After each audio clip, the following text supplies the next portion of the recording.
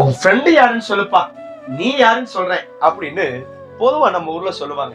ஆமா, நம்முடைய ஃப்ரெண்டுடைய குணத்தை வச்சு நம்முடைய குணத்தை கண்டுபிடிச்சிருவாங்க. பைபிள்ல அம்னோன் ஒரு மனுஷன் இருந்தான். அவன் யாரு அப்படின்னு கேட்டா, அவன் தாவீது ராஜாவுடைய மகன்.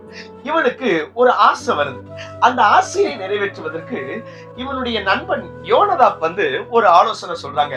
இவனுடைய நண்பன் யோனதாப்பை பத்தி பைபிள் சொல்லும் போது அவன் மகா தந்திரவாதி அப்படின்னு இருக்குதுங்க. ஆமா, அந்த ஆலோசனையை கேட்டு இவன் செஞ்சான். கடைசியில முடிவு என்ன ஆச்சு தெரியுமா? இவன் அப்சலோம் அப்படிங்கிற ஒரு மனிதனால கொலை செய்யப்பட்டான். பாருங்களேன் எப்படி முடிவாயிருச்சு.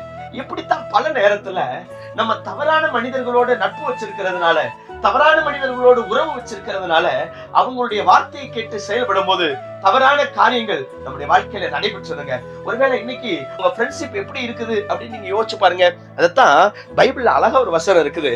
ஞானிகளோட சஞ்சரிக்கிறவன் ஞானம் அடைவான், மூடருக்கு தோழனோ நாசம் அடைவான். ஆமாங்க, உங்களுடைய சேர்க்கை அல்லது உங்க ஃப்ரெண்ட்ஷிப், நீங்க யாரோட பழகுறீங்க அப்படிங்கறத பொறுத்துதான் உங்க வாழ்க்கை இருக்குது. ஒருவேளை இன்னைக்கு உங்களுக்கு ஆகாத நண்பர்கள் இருந்தாங்கன்னா இன்னைக்கே அவங்களை விட்டு விலகுங்க. நல்ல ஃப்ரெண்ட்ஷிப்பை தேடுங்க, ஆண்டவரோட உறவாடுங்க. உங்க வாழ்க்கை நல்லா இருக்கும், உங்களை ஆண்டவர் நல்லா வைப்பார்.